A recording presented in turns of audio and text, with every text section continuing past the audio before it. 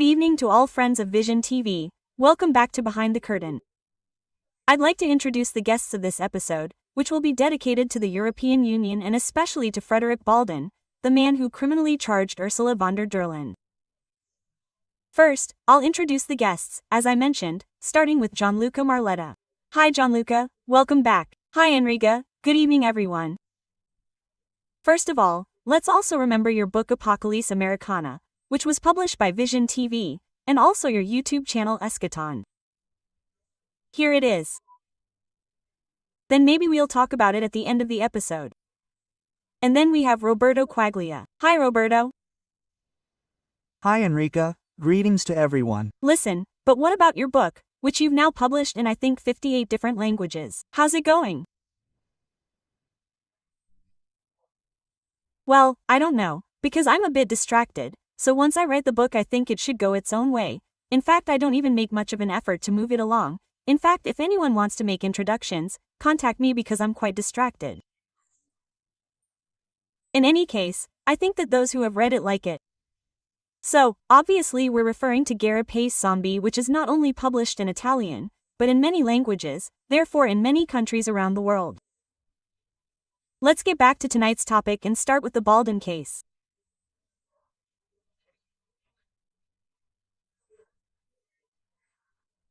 I was saying it before. Frédéric Baldan, this former lobbyist, a former lobbyist because he was removed from the lobbyist register and therefore banned from entering the Brussels buildings, because he filed a criminal complaint against Ursula von der Leyen, and yesterday I received a message from him informing me that his bank accounts, his company accounts, his family's bank accounts, even his 5-year-old son's savings account had been closed by 2 Belgian banks.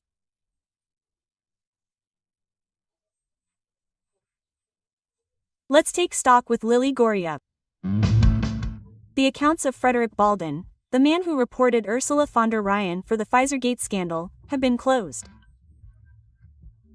He himself reports on X, explaining that the Belgian banks, Nagelmackers and Ing, have informed him that they are terminating all ties without providing further explanation.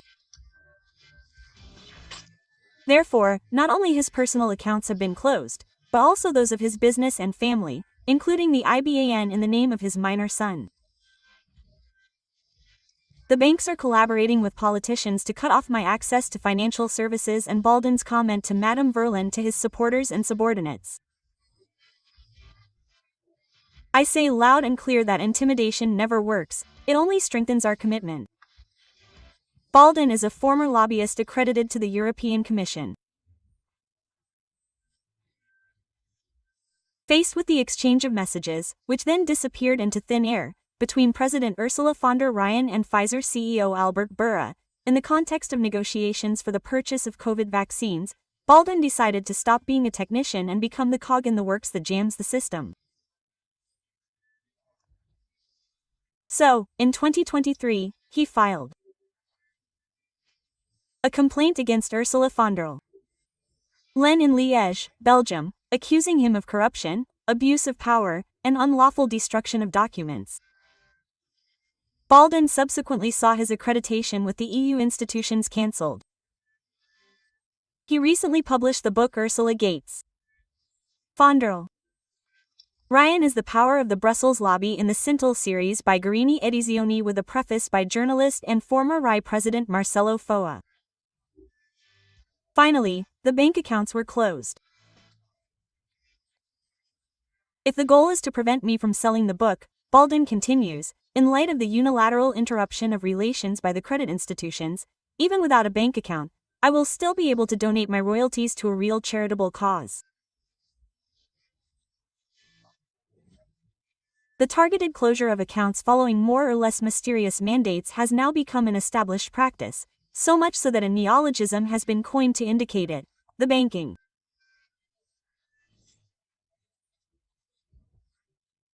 The Frédéric Baldan episode thus joins the list that includes Canadian truck drivers against the Green Pass, the German journalist Alina Lipp, countless British citizens, 1,000 a day according to each investigation by the Daily Mail, as well as in Italy the Vento delle Association and this newspaper Vision TV.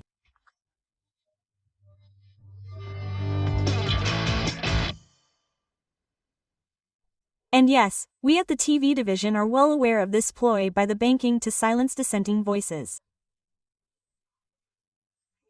As we have already seen in the Liguria report, the book that is also published in Italian by Green Editions in the Cintel series directed by Marcello Foa and this one here Ursula Gates, where obviously the two characters, this sort of hybrid of Gianno Bronte, namely Ursula von der Leyen and Bill Gates, come together.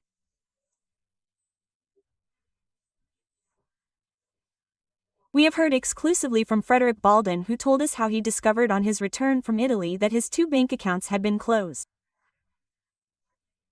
Let's hear it.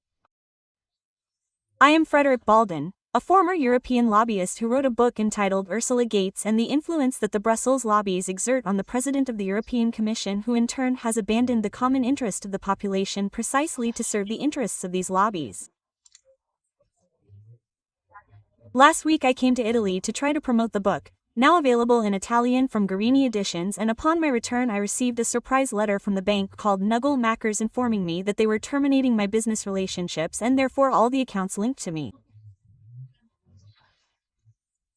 Even my 5-year-old son's savings account, the family account, the joint account with my wife, company accounts, for example the consulting firm I work for or the publishing house that published the book on Ursula von der Leyen in French.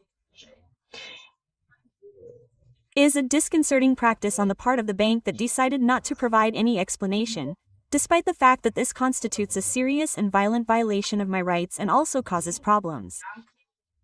It was not the only one to do so. 2 banks did it at the same time, and it is surprising and makes us imagine that behind all this there was a concerted action by the state, for example, which asked the banks to communicate my account statements in order to be able to check on me, a phenomenon that in the end led to the closure of my accounts. And as we were saying, the preface to the book Ursula Gates was written by none other than Marcello Foa, who is also the editor of the Cintel collection. In the meantime, let's hear what Foa, a journalist, writer as well as a friend of Vision TV and of course former president of RAI, had to say. Let's hear what he had to say. The closure of Frédéric Baldan's bank accounts in Belgium is very serious. Just think, they closed his personal accounts, the accounts of the companies he works for, and even the savings account of his 5-year-old child. It is an act of gross arrogance and, above all, an act of intimidation that should worry us all. What is Frédéric Baldan asking for? For 2 years now, he has been asking for justice and the truth about the Sfgate affair involving Ursula von der Leyen, and therefore about the incredible purchase of Pfizer vaccines by the President of the European Commission, without any checks or verifications. A purchase that was made in violation of the rules that the Union itself has set for itself.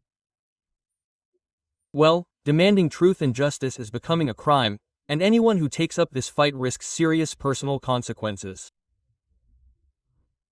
I had no hesitation in publishing Frédéric Baldan's book for the Scintilla series published by Guarini, a series 1 I'm pleased to direct.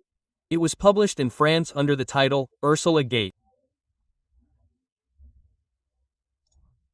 Here you see it, the von der Leyen and the power of lobbies in Brussels, because it is a very courageous and well-documented book, and the fact that happened to him in these very hours convinces me even more of the wisdom of this choice because men like Baldan are fighting a battle of civilization in our name, in our interest as citizens, so that episodes of this kind do not happen again, so that the European Commission and President Ursula von der Leyen are truly responsible for the actions they take, because what is happening in Brussels is extremely serious and we must be able to believe in the institutions, whatever they may be. So, therefore, I thank you. I thank those who have already purchased the book, which is doing very well. I invite you to continue buying it because now more than ever Frédéric Baldan needs your support. He is fighting a battle for all of us, do not forget that.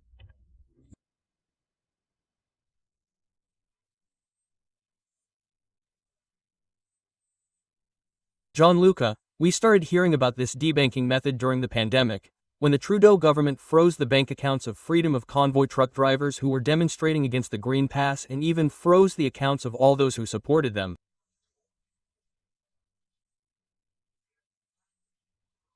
Then there were several cases. Liloria mentioned some of them in his report, such as that of the German journalist Bassel Lipo, a divergent correspondent from Donbass, and even Vision TV. Do you think it's a new weapon for censorship, for silencing divergent critical voices? But, you see, I think that we should have expected it eventually. Well, after 2020, normality no longer exists. Well, once you've experimented with certain techniques, there's no reason why you shouldn't continue them. The only obstacle you could encounter would be a real awareness by a significant part of the population of the concrete risks that could be run, because today it is Baldan who is being victimized, but anyone could be victimized. Well, that would be the only real and concrete possibility of avoiding a certain type of drift, because when these techniques start to be used and you see that the reaction is almost zero on the part of the population, because in any case they catch the poor guy who, well, basically, nobody cares about, let's be clear, because he interests very few. There you have established a series of precedents that will then be difficult to stop. Perhaps today we find ourselves in our historical moment, in the only moment in which we can truly say that someone can stop you from buying and selling, that is, they can literally shut you down if they want to.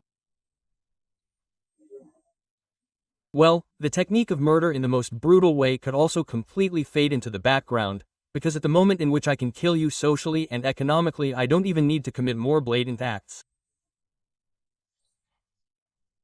This is something we had anticipated years ago. These are possibilities that were once discussed only by so-called conspiracy theorists or cutting-edge researchers, but today these are things that are happening right before our eyes. I repeat, the acquiescence with which these things are received by the vast majority, I don't mean of public opinion, but of the media and so on, clearly contributes to making them a truly lethal weapon because, I repeat, today for you, tomorrow for me, tomorrow for someone else, in short, turning someone off has become something extremely easy. I mean, with a button, I can objectively intimidate you in a way that is perhaps even worse than pointing a gun at your head, because I can destroy you economically, I can destroy you, your family and everyone around you.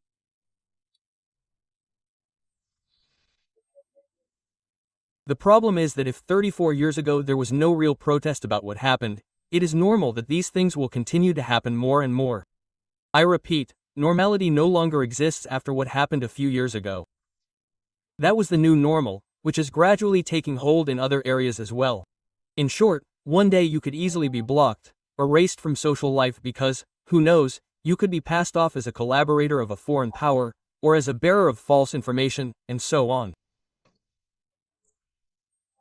In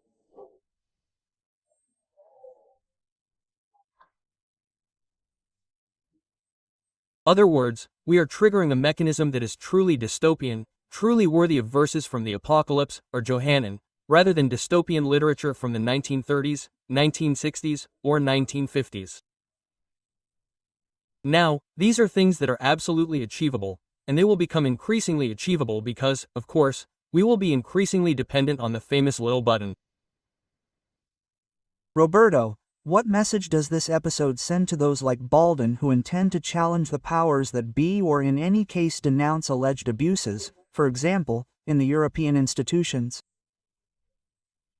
Because then there is also the doubt, the suspicion of continuing to do this work when denouncing the schemes of the system has certain repercussions. We also went over a whole series of names and examples among journalists, protesters, activists, and then we came to the case of the same TV viewing, which is becoming increasingly difficult. How can we move forward? You said, in fact, what is the message that is being sent? The usual message is to hit 1 to educate 100, an operation that we had already denounced with the famous case of Assange, who I have always maintained was never understood on the merits of his statements that would have harmed American national security. All nonsense. He was an example, let's say, for journalists. Be careful, because now we no longer accept journalism that, let's say, reveals certain things.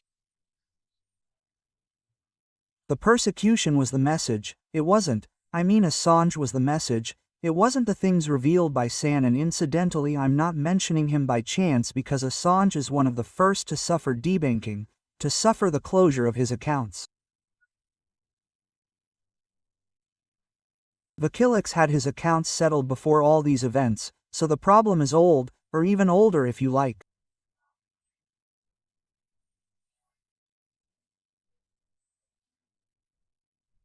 There's already a famous case of the American chess player Bobby Fischer, one of the greatest players, if not the greatest chess player ever born, who then however transformed himself into an American dissident, a person who used, let's say, his notoriety against the nation whose intelligence he had been the symbol of, so a problem particularly felt by Americans.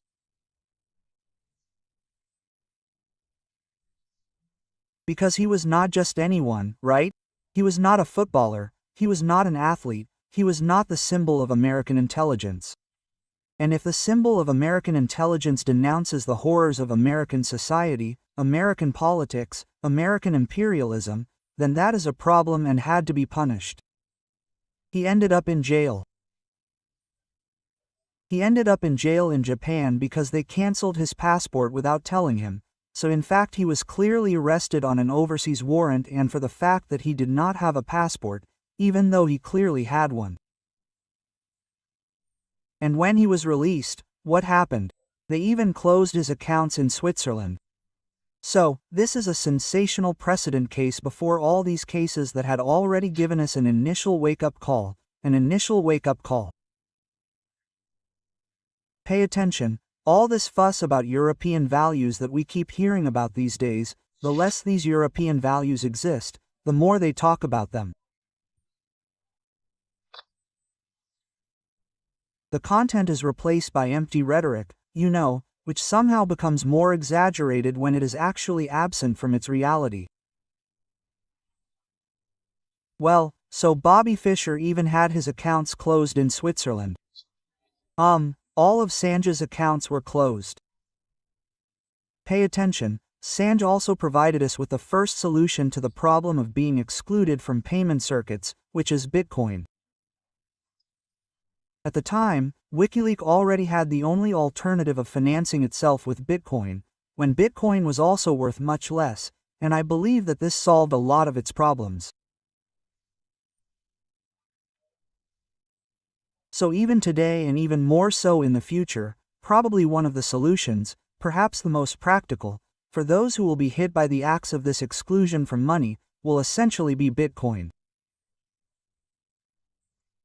It is the only hope at the moment, in addition to perhaps gold coins, which, however, clearly have some problems of, let's say, of visibility, because, clearly, if you want to buy 1 kilogram of bread and with a gold coin, I don't know, you'll have trouble scraping off a little bit of gold dust and, above all, finding someone who will accept it. Well, this is a separate discussion that focuses on the solutions to a very serious problem.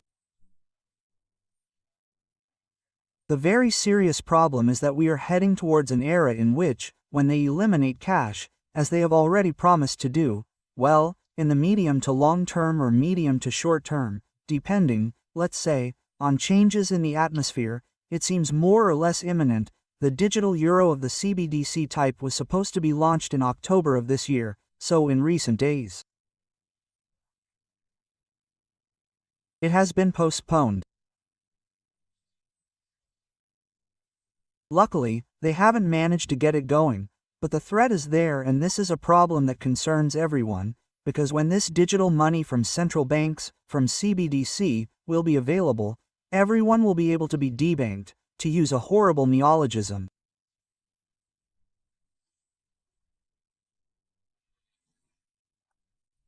Which will become increasingly common, with a simple, let's say, press of a button. Now, to exclude from the banking system a character like this one or, in the past, others like Farang who wasn't mentioned, who was one of the leaders of the opposition in England, they closed his TV viewing account and so on. Here, to do this, important orders are needed that are somehow capable of forcing private entities to bend, obey and betray all their, let's say, professionalism. But in the future, with the SBDCs, all it will take is a single button press from those in charge, bypassing all these intermediaries. So they will reach the average citizen, they will reach you who are following us right now and to whom, perhaps, this problem may seem unimportant because it affects a few people here and there, but in the future they will reach all of us, the moment we deviate to one extent or another from the scripts that will be imposed on us.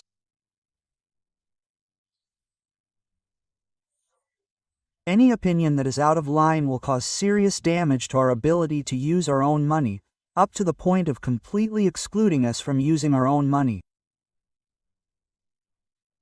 This is happening today. It has just happened to a very serious extent, because if we look at Assange, there was at least a story of alleged violations of American national security.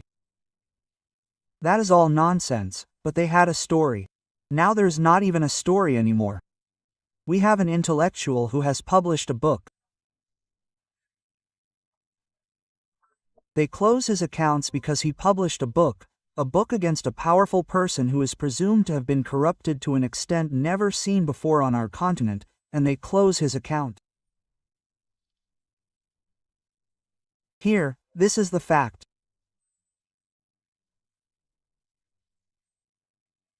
They close his account for having published a book, they close his account for having filed a complaint, a trial against a politician, and instead this solution of repression instead of dealing with the merits, in court, of the accusations that have been brought.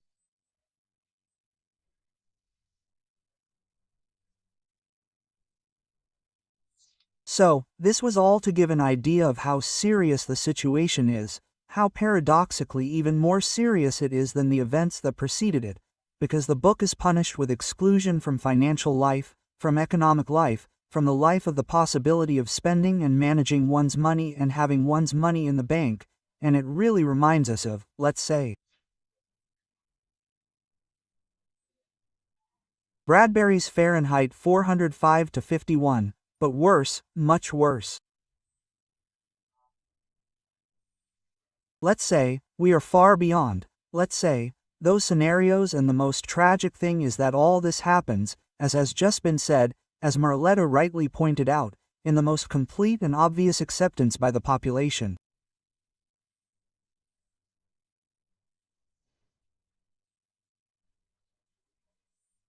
And Gianluca in Fahrenheit 451 who was quoting Roberto ir Bradbury, however, the books were burned and, well, the houses of those who still kept them and dared to read them were also burned.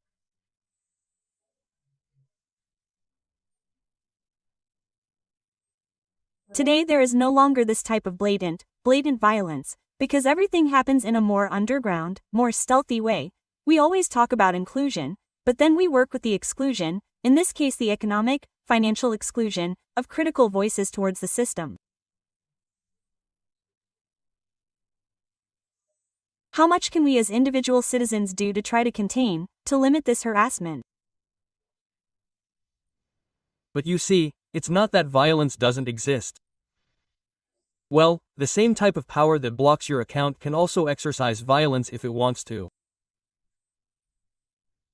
We saw this a few years ago, that is, violence, even on a physical level, exists and, in a certain sense, there are those who support the Orwellian model, and those who support the Axelian model, that is, even among futurologists, we will be closer to an Orwellian model, an Axelian model.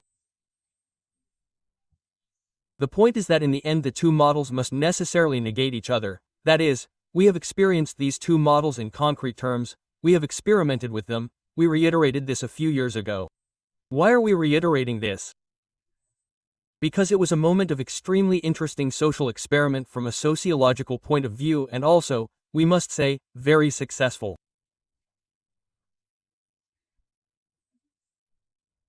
And in that case the two models, that of violence, even physical in some cases, and those of the use of these softer tools, were used in parallel, so it is not that one must absolutely negate the other. Good. And here, if we want to talk about mass communication because what we are talking about, that is, the effect on the mass consciousness of certain acts, let's be clear, even what happened to Gaza, so emphatically violent, that is, this violence so blatant, is also in some way a sort of social experiment.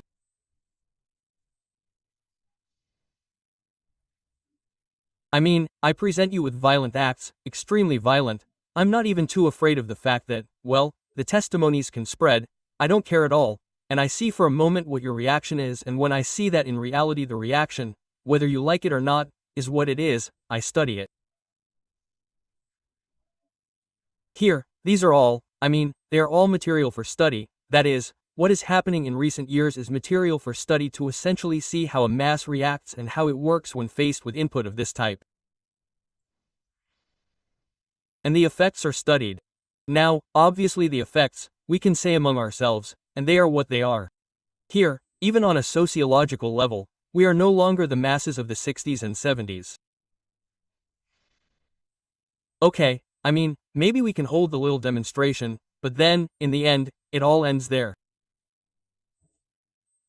There are no more movements that can, in any case, lead the masses towards certain objectives, whether they are right or wrong. So, in the end, it is clear that much of what happens, then essentially ends up on a dead end.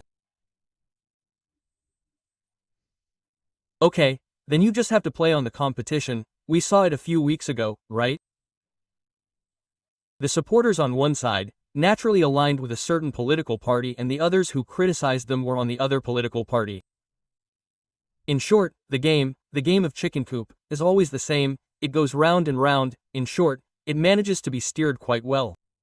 What you can essentially do is provide information, but also be, well, very, very careful. We have to get it into our heads, like it or not, as difficult as it may be, that we cannot depend completely on certain means and certain instruments.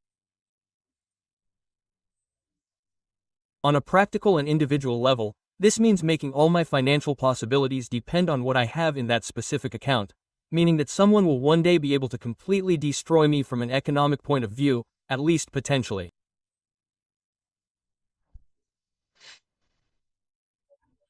So, in some way, those who are more aware should understand, and there are many methods, that they must also detach themselves from a certain type of system. To use a literary metaphor, the eye of Sauron can recognize you when you wear the ring. Now, it is true that this ring, for better or worse, we all have to put it on our finger, in one way or another, but being totally dependent on certain tools means giving the keys to my existence to someone. So, this is perhaps a step that we need to start taking concretely, not just with words. We need to concretely, at least to a certain extent. I understand that it is impossible to do so. It would be utopian to do so in absolute terms because it would mean going to live in a hermitage, but at least to a certain extent, we need to try to anticipate the moves, that is, to create, some shelters, in quotes, in the broad sense that cannot be tampered with, touched or turned off with a click. Which is what you were saying earlier, Roberto, when you were talking about Bitcoin, for example, and especially about what could happen if the Eurythmic were to pass, or more generally, the SBDC. Incidentally, in Baldan's book, Ursula Gates, she talks about Bill Gates and how he also acted as a consultant to the Chinese government regarding the social credit system. And you have discussed this connection, this hybridization between the social credit system and CBDC, several times.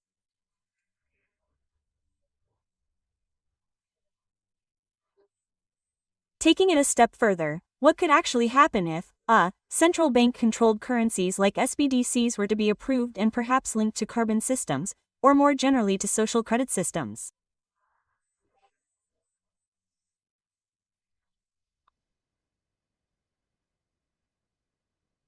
We can't hear you, Roberto. Sorry, I had muted the microphone.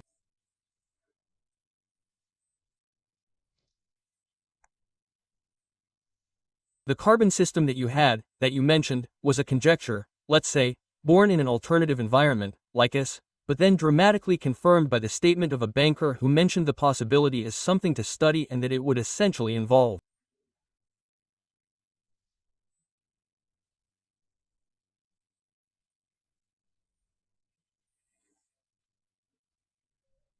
bringing the existing system of carbon credits for large nations to the level of individuals. which is still a big scam because they essentially introduced the concept that, producing carbon is bad.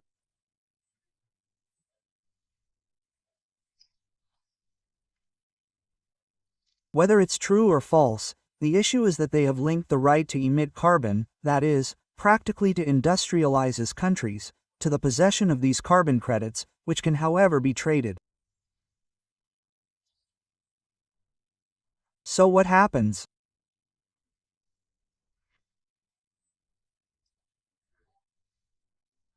That poor countries can sell carbon credits to, which are bought by, rich countries, who give them money to essentially take away their right to industrialize and acquire the right to produce, let's say, more industries, more pollution, etc. In fact, it is a diabolical system designed to prevent underdeveloped countries from developing, and then the money that is given to them is essentially money, given as debt, so in fact it enslaves these countries even more, and in the long run, in fact, let's say, they will have an increasingly worse time.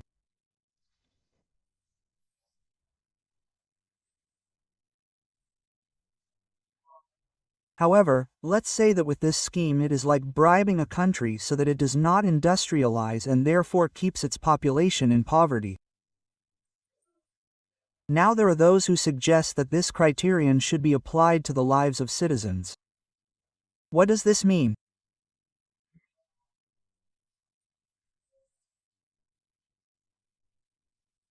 That citizens who do not have enough carbon credits, whatever this stupid definition means, this expression, carbon credits, that is all fantasy, this is a fantasy novel, but they give it reality, let's say, with their bombast and, in practice, the poor can no longer do anything because if you do not have credit, your money, carbon credit, your digital money is created by central bankers through CBDCs, which is programmable money and therefore conditional money that can work or not, it can work for this or that depending on how it is programmed for you, because it can be programmed for the person and it can even be an algorithm that takes away your abilities.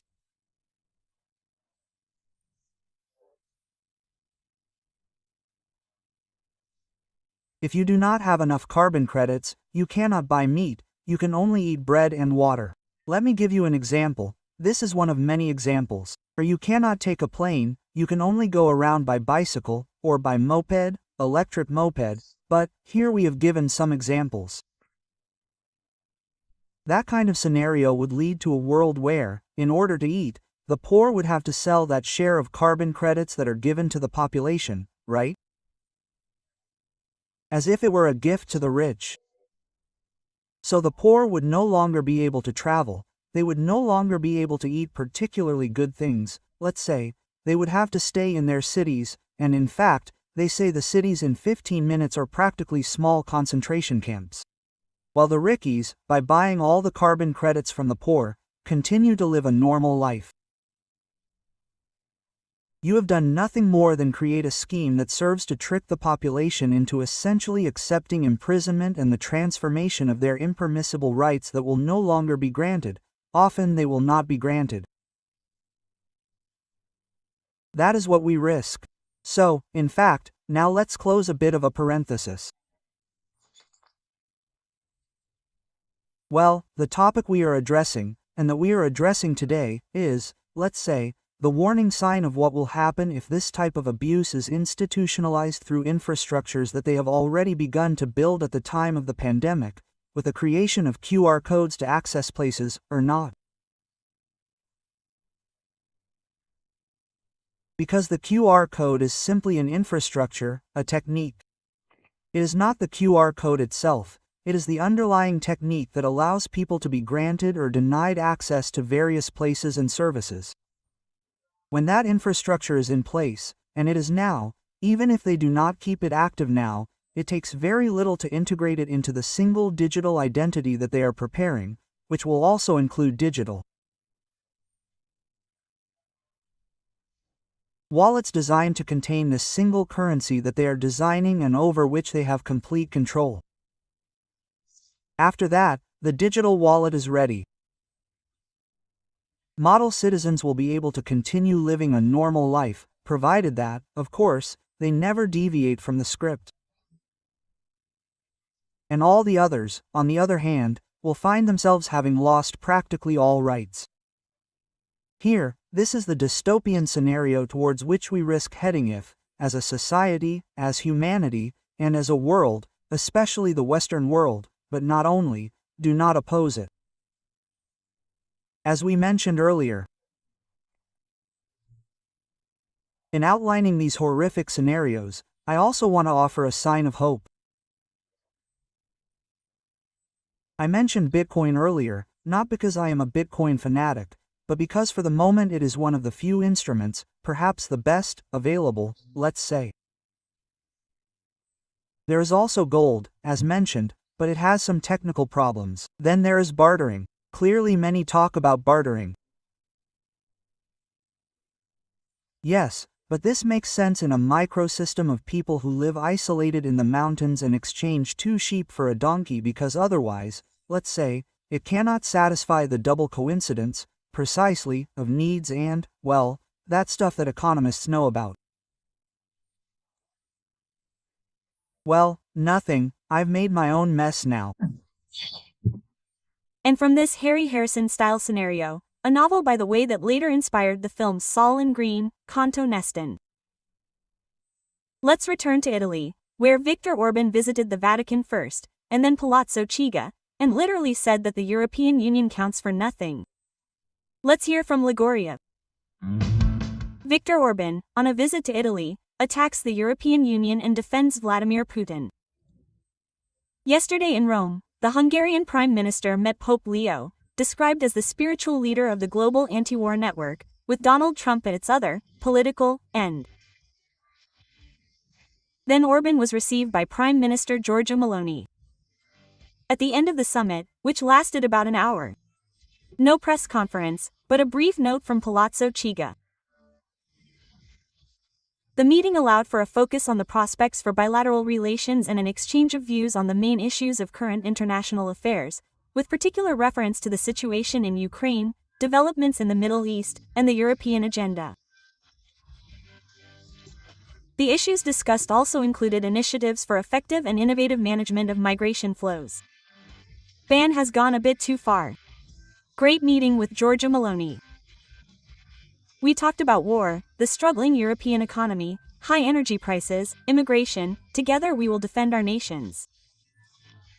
But it was while speaking with journalists from Repubblica and Messaggero that Orban dropped his bombshell statements. The European Union no longer counts for anything. We have outsourced the possibility of peace to the Russians and the Americans. We are out of the game. The issue for us now is the future of the European economy. Trump is wrong to sanction Putin. In fact, I will go to Trump and make him change his mind. Gianluca, I will come back to you. What is the future of this increasingly fragmented European policy in which first we hear the rebukes from, for example, Mario Draghi, who admits, well, the crisis of the European Union, and then we arrive at the very strong and lapidary statements of Viktor Orban, who says that he counts for nothing. But you see, Orban can make these statements because he is in fact the head of a rather unusual country, also geographically situated in a very unusual position. It is one of those countries that later joined the European Union, like almost all the Eastern European countries that joined for geopolitical reasons and because they had to be aggregated to NATO later on, because usually, in fact, entry into the European Union was a preparatory step, sooner or later, to entry into the Atlantic Pact and to bring Russia and a certain type of front closer together, so he has a certain freedom to speak.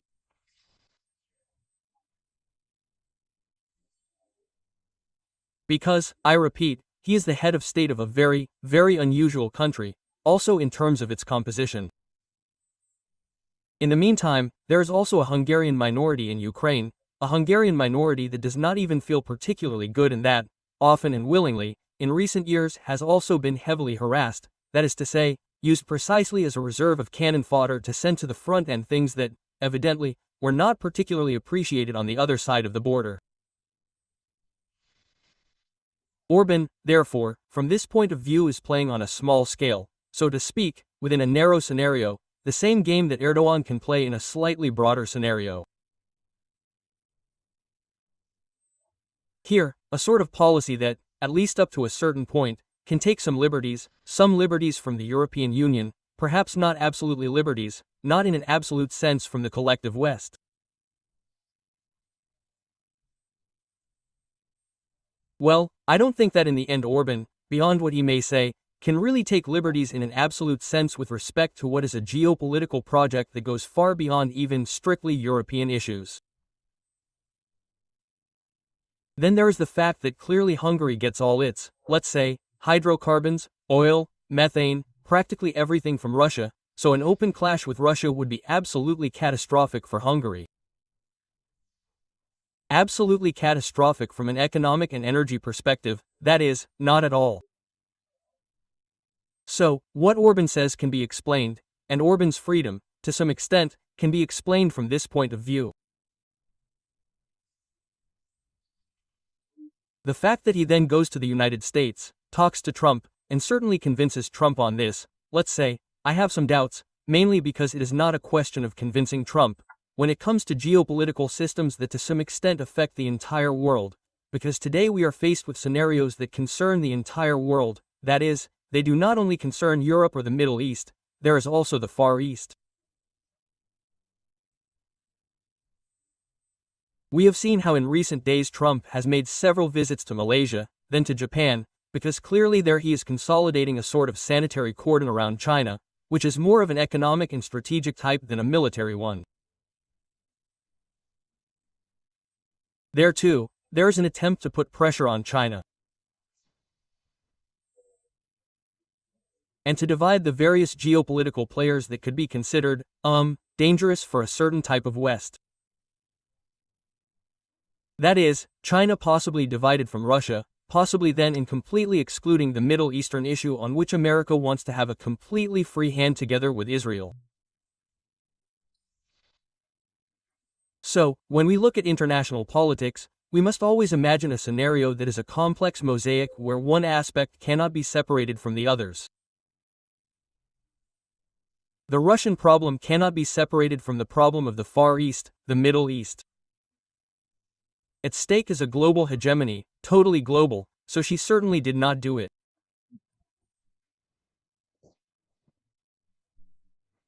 I want to see ad mare, but not because Trump's speech is suppressed there. In my opinion, regardless of what the American president's real opinion is, the American president must answer to an entire system that is an enormously complex system that cannot be dismantled in a day, in a month, in a year, in 5 years, even if someone had the will to do so, assuming and not conceding that someone has the will to do so. And the issue of conflict at a global, geopolitical level is extremely complex, meaning that problems cannot be solved, clearly, with statements.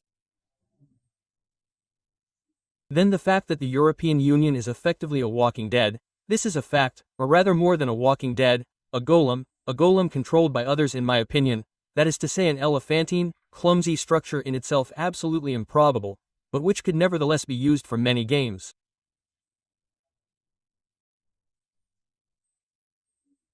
In short, this remaining European Union with what is left of its minimal vitality can play a role, not a role, it can be used as a pawn in some kind of game. There too, it remains to be seen whether von der Leyen or other European leaders will make truly autonomous decisions. Well, we have repeated this many times. Taking it out only on an absolutely questionable character, terrible from every point of view like the for goodness sake, is reductive. Here, we have this wrong attitude, that is, simply taking it out on the individual, that is, thinking that the individual represents a system. The individual that we see overexposed in the media is simply a spokesperson for a system. This system does not correspond to the individual. So, thinking that the thunder line will lead us to war is laughable. It is not the thunder line that will lead you to war, possibly, assuming that this is a real project, but it is an entire European system that, moreover, probably takes and obeys inputs that are not only European, that are not only European, that in the end leads you there or does not lead you there depending on the strategic utility of entering or not openly entering a conflict. So, here is the great tragedy of the contemporary world. We struggle with impersonal systems that could be the revenue agency or the European Union. Okay?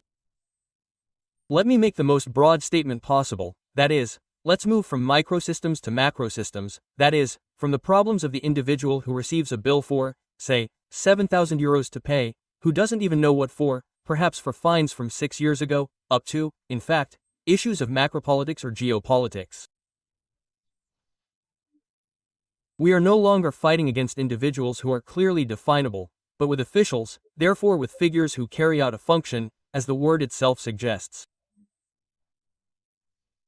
But generally speaking, the system, at least as it appears to us, therefore from our perspective, is a gigantic impersonal machine. Clearly it is guided, okay? But to us it appears as an impersonal machine, and therefore it is difficult to say what is the objective, that is, the objective of what? Qu'est-ce objective? Certain figures are simply emanations of an enormous system of power whose real puppeteers probably do not end up so easily showing their faces on television. This is fundamental to understand.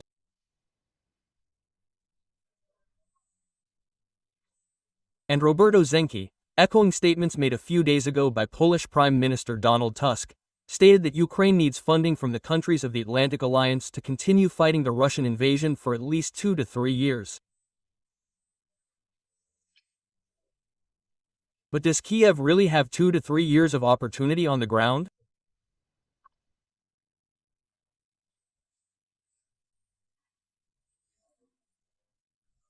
It depends on how much the Russians, let's say, press on the accelerator or procrastinate, because the Russians also have their own agendas, which could include disarming NATO, which has been draining itself dry in recent years, and the European Union, which is destroying itself in this battle.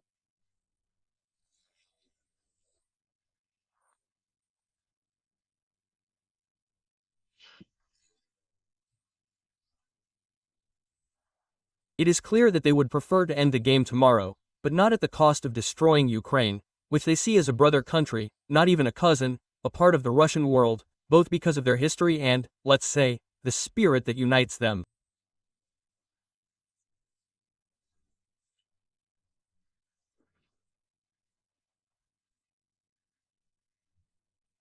Apart from the westernmost part, which is Catholic and of Polish origin, etc., well, that's a small part of the entire country, and I don't think Ukraine has another 2 or 3 years left, because in fact, the fronts in important areas are already collapsing.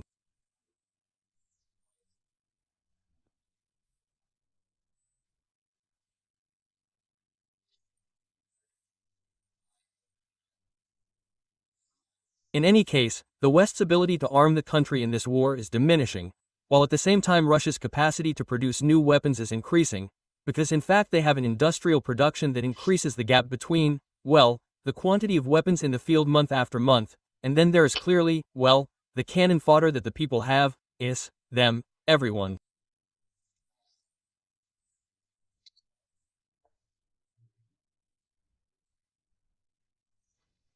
It's almost finished.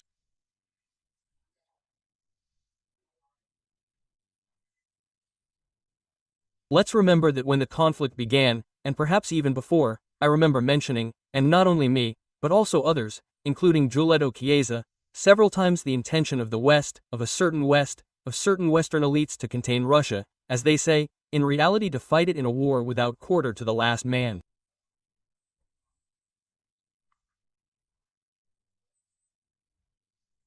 And the problem is that the last man, well, there is less and less time left. I am talking about men who can fight, who want to fight, because it is very difficult to send someone you have kidnapped off the street to fight, as we have seen happen thousands of times in videos that then emerge online, and it is very difficult to convince them to fight. In fact, there is also a lot of information about many men who, captured by the Russians or surrendered to the Russians, changed uniform and began to fight against Ukraine on the Russian side.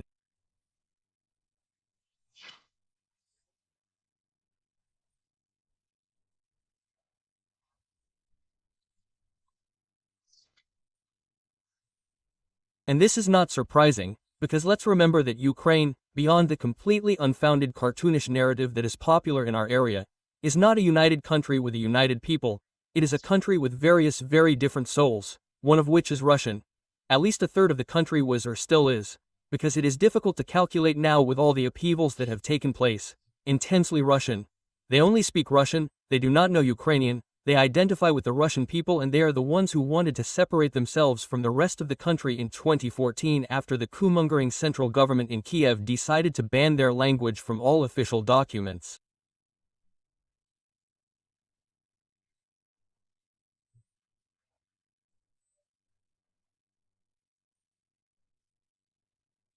So, imagine if in your country they outlawed the only language you speak, without which you could no longer be a citizen in the proper sense. It is an absurd situation, but that is what they were doing in 2014 to a third of their entire population. That's where the whole problem clearly arose, because they couldn't accept it. They tried to hold referendums and the central government started bombing them, and then the rest is history. So that's the situation. These Russian citizens, in the sense of Russian nature and spirit, who are recruited by the Russians to fight against their Russian brothers, it's clear that at the first opportunity they change sides, change their shirts and fight, let's say, on the side where their heart beats.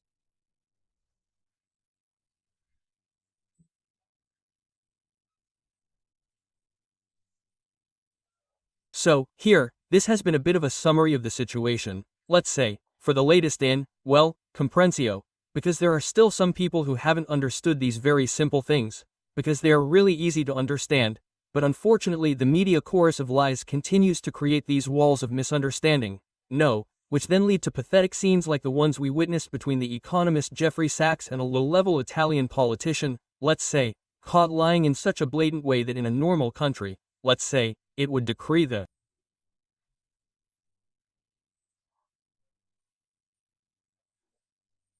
ruin of his popularity, because people would no longer be able to take him seriously. Unfortunately, years of lies make this type of behavior tolerable. So I saw the completely desperate, disheartened, and dejected expression on Jeffrey Sachs's face, who couldn't understand that a beautiful country like Italy, which in fact is also called the beautiful country, has now sunk so low in terms of intellectual discussion, right?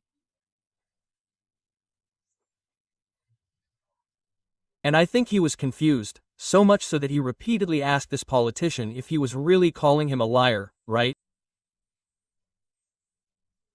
Because he's probably not used to this lack of respect. But rather to the denial of reality. The lack of respect can also be acceptable to the extent that one has arguments, but if at a certain point we are talking about facts that have been ascertained, verified and certified by, let's say, him, among other things, experienced by Sachs firsthand, because Sachs, mind you, was a civil servant who then did not only do some questionable things, he also did some questionable things, in his roles. It's not important by chance, but he testified to things that he experienced firsthand and that, coincidentally, perfectly match the narrative that we have been telling about it for years. So we could also be misinformed, but he can't, he was there. He confirms that it was like that. It's the famous deep throat that Umberto Eco claimed had to exist in the event of a conspiracy. He said, if there were a conspiracy, there would be someone who would talk and tell everything. That someone exists, there are many. And Jeffrey XX is one of those. He was part of those people. He is simply, evidently honest to a degree, let's say, that others do not know. Well, then it is clear that in a situation like this, the Italian politician, he really makes a fool of himself, definitively sinking any credibility of his own. Unfortunately, however, he is in a social environment now accustomed to lies and above all to no longer recognizing the true from the false. Not even if they throw it in your face, let's say, things continue like this. Thank you. Thank you, Roberto Quaglia. Do we still remember your book War and Peace and Zombies? Where can we find it in Italian? Well, then all the other languages of the world adjust. Let's say yes, let's say, here, I take this opportunity, since Gianluca had mentioned Europe as a golem, purely by chance. I remember that in my book there is a chapter called The Golem Europe, because our analysis fits, because Europe is now a golem, a brainless artificial structure moved by, strings of distant puppeteers. So where do you find it? Well, in the traditional way, let's say, you go to a bookstore, ask for it, order it and it arrives. But it's cumbersome, it takes time. A more practical system is to go to the You Can Print website and order it directly there, or search for my website on the internet, search for my email address on the internet, send me an email and, let's say, get it directly from me. At that point, you would also dedicate yourself to a signature, a dedication, if anyone was interested. That's it. These are the classic systems, or you organize events where I come to present it and then we all go to eat together. Thank you. And Gianluca Marletta, let's remember your book American Apocalypse. Speaking of the apocalypse, look, in a few hours the Atlas comet should pass by, which may not be a comet, so let's hope this apocalypse isn't global. Well, worst case scenario, this would be the last chance we'll see each other, so let's say goodbye to everyone, and let's wait to see each other online, but what the heck? Well, and speaking of apocalypse, eschatology and other things, let's also remember, Getting Serious, your channel Escato on YouTube. What interviews and content do you have in store for us in the near future? Aliens, but... In the meantime, we have another interview with Enzo Panetta, again on the issue of the origin of life, and then a series of episodes on the great myths of the modern imagination, such as zombies, vampires and these mythologies that are so fascinating and seductive for modern man that they undoubtedly touch on something in our collective psychology. Well, then the zombies are also the ones Roberto talks about in his book, which are perhaps a little different from the ones you talk about, but they are still zombies. I see that there are several common threads that unite you. Thank you, Riga, thank you. Thank you. Thank you again to you. Thank you everyone for being with us. So I remind you that Roberto Quaglia's book, we understood that there are several ways to buy it. Gianluca Marletta's book can be found on the website of Vision Editori Apocalypse Americana, where you will also find the latest book published by our publishing house, which is the Italian re-edition of Brzezinski's Great Chessboard with a preface by Francesco Toscano. I also invite you to go to the Vision TV website to continue supporting our independent training work. Thank you all for being with us and have a great day. Talk.